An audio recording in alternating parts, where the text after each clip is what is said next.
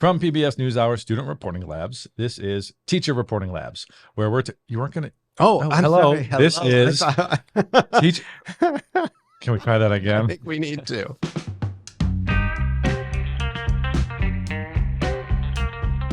From PBS NewsHour Student Reporting Labs, this is Teacher Reporting Labs, where good job. Thank where you. We're shaking it up by putting educators like us behind the mic to report back on a mix of topics, triumphs, challenges in real talk that we face in the classroom with some great candid conversations. And this is only our second episode, so welcome. We're your hosts. I'm Michael Kaufman. And I am Mike Conrad. AKA The Mikes.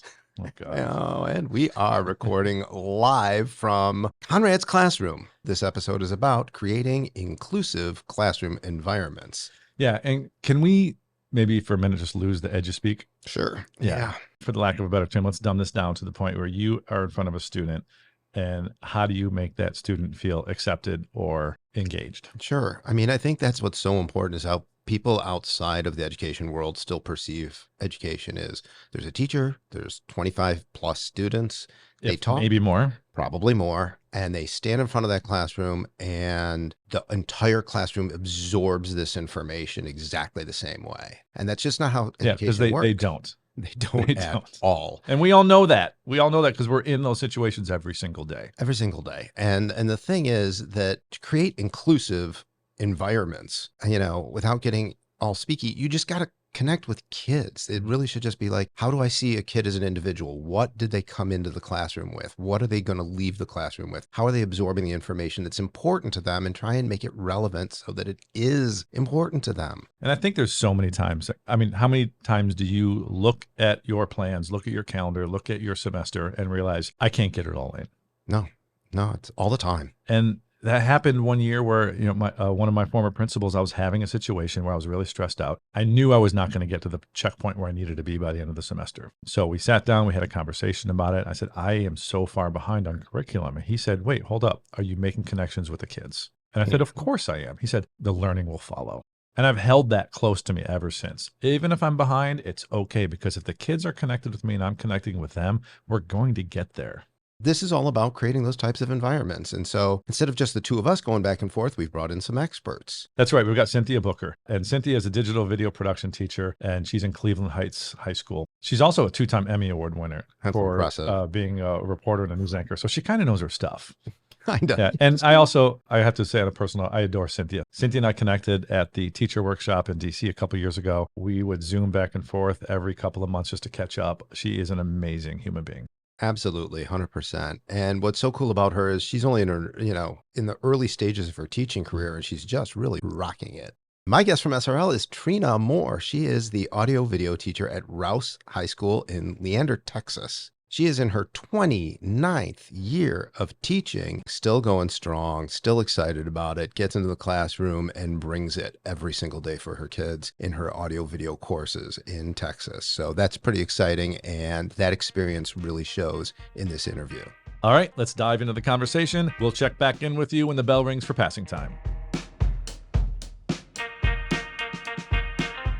Hello, Trina. Hey, Cynthia. How you doing? I was really honored to be invited to take part in this conversation because inclusion, and I think it was prefaced that how do you create an inclusive and safe environment for all your students? And so I don't know if we want to jump right in. Sure. To that kind of conversation, but when we talk about demographics, I think it goes beyond the color of our skin or our cultural background, because culture also includes economics, and value systems and belief systems. And when you account for that with your students, I think there are a number of teachers who are really wrestling with how do you do it? To me, I think creating an inclusive classroom means making sure that students feel seen and heard. I try to do that from day one, letting them know a little bit about me, things that I did before I became a teacher, that I still had to work hard, had to put in the time and the effort, and that I wasn't always, maybe in job roles, I wasn't always seen or heard or accepted. And so I've had my own journey of naysayers. And so I know what that feels like. And so when I go into the classroom, I just want students to understand that I see you, that I hear you. And if you ever have any concerns, never feel like you can't talk to me about it. What interested me, this is my 29th year of teaching. Oh, So I've congratulations to you. I That's know, great. it's a I'm only long in my time. ninth year, so Oh. I'm gonna get there sooner or later. Yeah, I've seen some things. I bet. And I keep in contact with a lot of my former students, and I've always taught English or theater or AV. But one common thread through all of my students, and some of them are in their 40s now, they kept coming back to how they always felt safe in my room.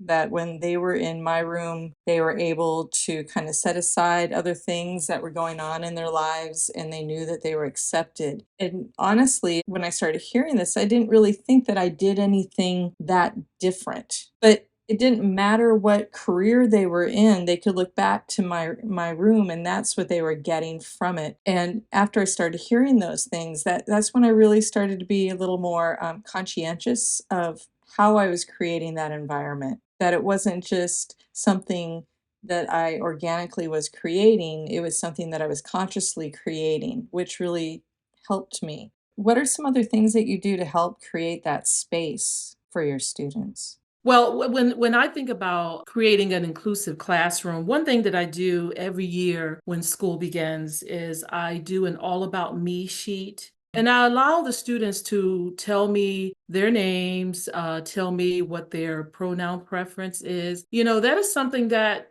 I did not do until maybe 2 or 3 years ago, just recently. So I had to be very conscious of that, like to make sure that I do that. I let students tell me what they enjoy, who's in their family, what's their favorite subject, even what's their favorite artist or their color. What do you want to be when you grow up? All of those things so that they feel like, oh, someone's giving me a voice. And I don't want them to feel like when they fill out that form that, oh, it's just something that we do at the beginning of the year, she's going to file it away. No, I actually go back and look at those forms. So I use that information to maybe do something in class, whether it's a musical artist that I'm playing. I see that, oh, okay, they like Bob Marley or they like whoever, and I'll play music. So that makes them feel like, oh, okay, so I guess what I said did not fall on deaf ears.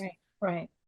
Like you were mentioning with the pronouns, back in 2005, I wasn't thinking about that. And I think it's a testament to you, Cynthia. And I hope to me that as things change or as our cultural norms kind of weave around, that we are flexible and adaptable to that so that as we learn about new subgroups that maybe aren't being seen or heard, that we kind of adjust our rooms to that too. Piggybacking on what you were saying, that feeling seen, feeling heard, and giving voice is what has always been a part of what I think I've been trying to do and what I want to continue to do. And I think that's what really our conversation, why we're here, is because that is what our students are needing the most right now. We can teach content All day long. forwards and backwards, right? But what they're going to be taking away, when they leave our walls, what are they taking with them? And hopefully the content, but also that feeling that they have value and are important for who they are.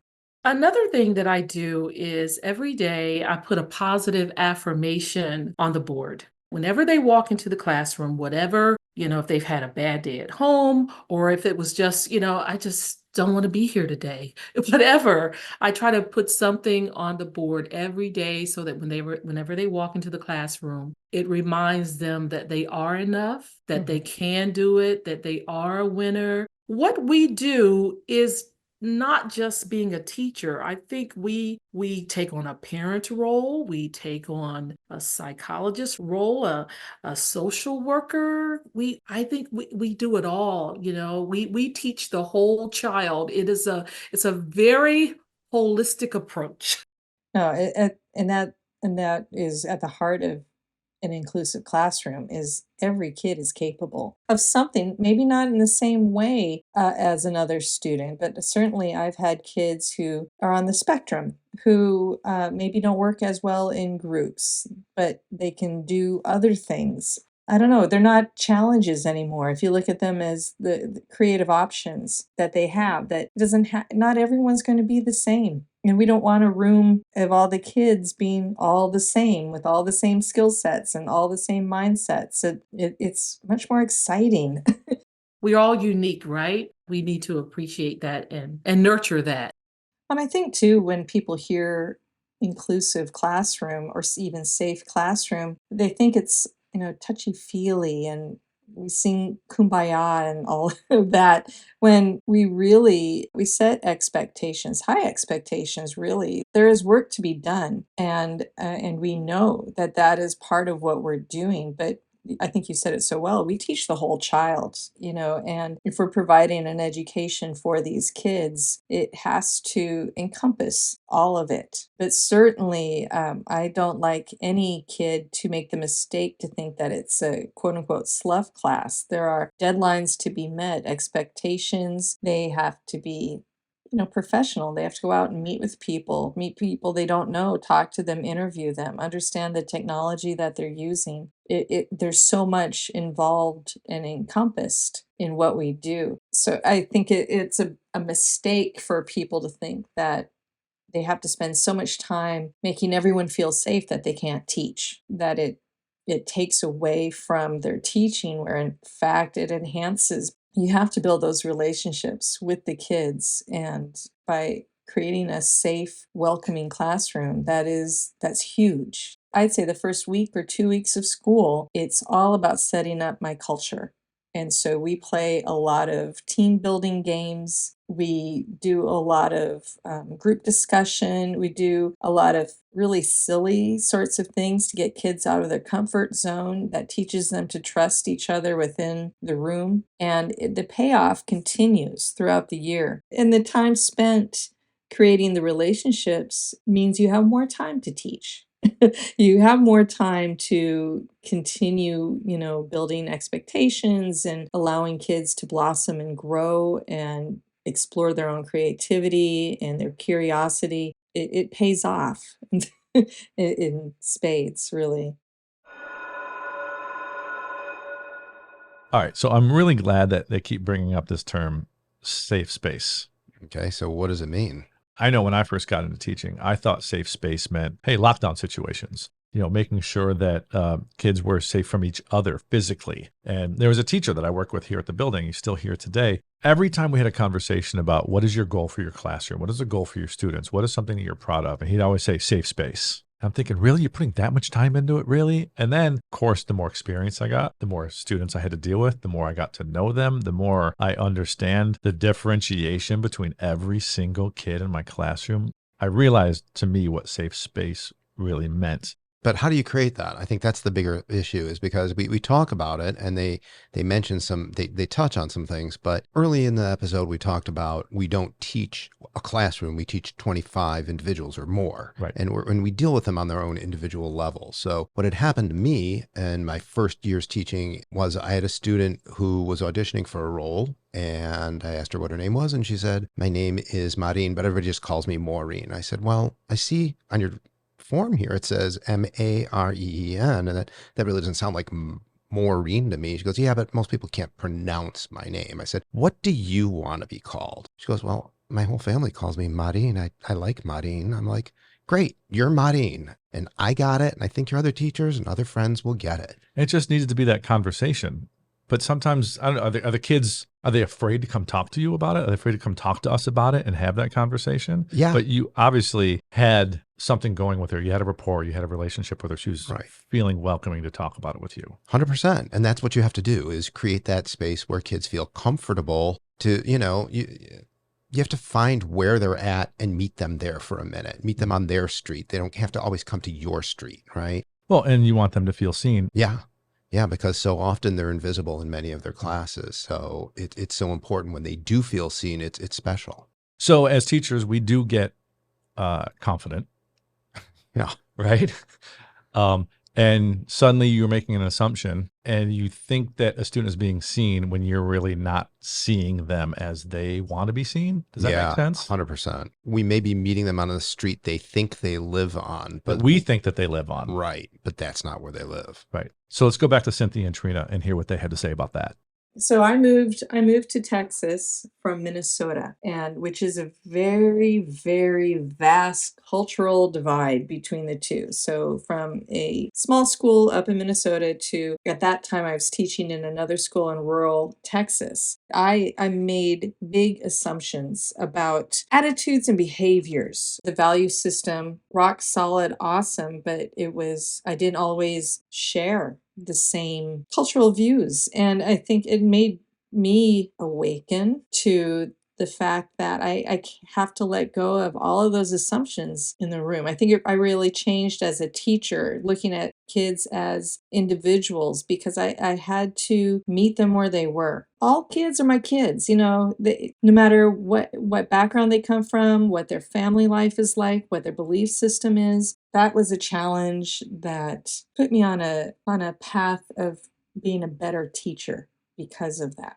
I honestly can say that I've made assumptions. If students didn't get work done, it's like, well, why? What's, you're goofing off. You're not, and a lot of times it might be something that's going on at home that you just Right. need to talk to students, find out what's up with them, and have good relationships too with the social workers in the school and partner teachers. So you can maybe find out, like, if a student is having a challenge in your class, then it might be possible they might be having a challenge in another class. We do something at my high school called Trusted Adult, where there's a form that goes out and the students will put the teacher's name down that they feel comfortable speaking with. So students don't get lost in the shuffle. And I can tell you right now at my school, we have so many support networks set up for students that they feel heard and seen, and there's help for them, not just in the classroom, but outside of the classroom.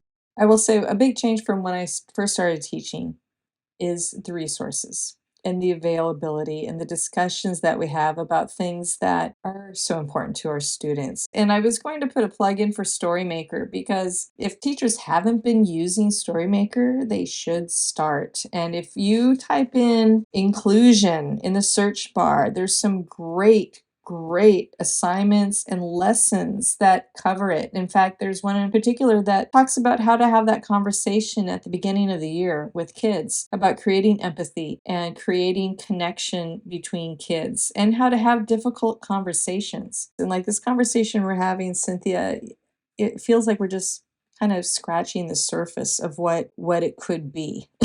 I've picked up some good tips from you, and I want to thank you for that. And I've really thoroughly enjoyed this discussion because it is central to why I have been teaching for so long. It's because I care about these kids, and I want them to have a place where they're learning and growing and creating. It's wonderful to meet a kindred spirit.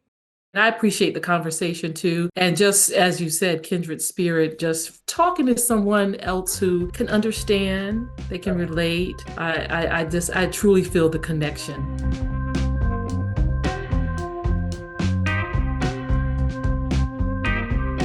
You know what? I could listen to Cynthia and Trina all night because they are awesome and they are awesome human beings. And they have some great ideas. They have a lot to say. They do. They do. And I got to tell you, so do a lot of other teachers from across the country. We actually heard from another Mike. No. Yeah, true. If you can believe it or not. This guy is Mike Bartosek from Killeen ISD Career Center in Killeen, Texas. What did Mike have to say? Well, he said, I don't have any questions, but could you explore the idea of connections before content? We talked about student and teacher connections, but we didn't really talk about teacher and teacher connections, which I think is why a lot of people are listening right now. They're trying to connect and feel part of a community, which is what SRL absolutely does. Connections are important for teachers to make with other teachers as well. Well, I think so, because we feel like we're isolated, because we feel like we're on an island. Who out there is stressed out? Me. Hey, our hands are raised again. They are. Yeah. So what do we do about that? I think there's a lot of questions and hopefully a lot of answers, and maybe we can explore that in another episode. And maybe the next one. Oh, that's a great idea, Mike Conrad.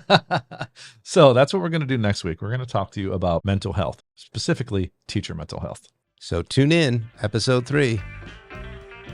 TRL is produced by SRL's Community Engagement Manager, Emily Hope Dobkin, also known as Dobbs. It's edited by Evan Gulak with support from lead podcast producer Bridget Kansky. And many thanks to SRL Editorial Director Marie Cusick and Executive Producer Leah Klattman.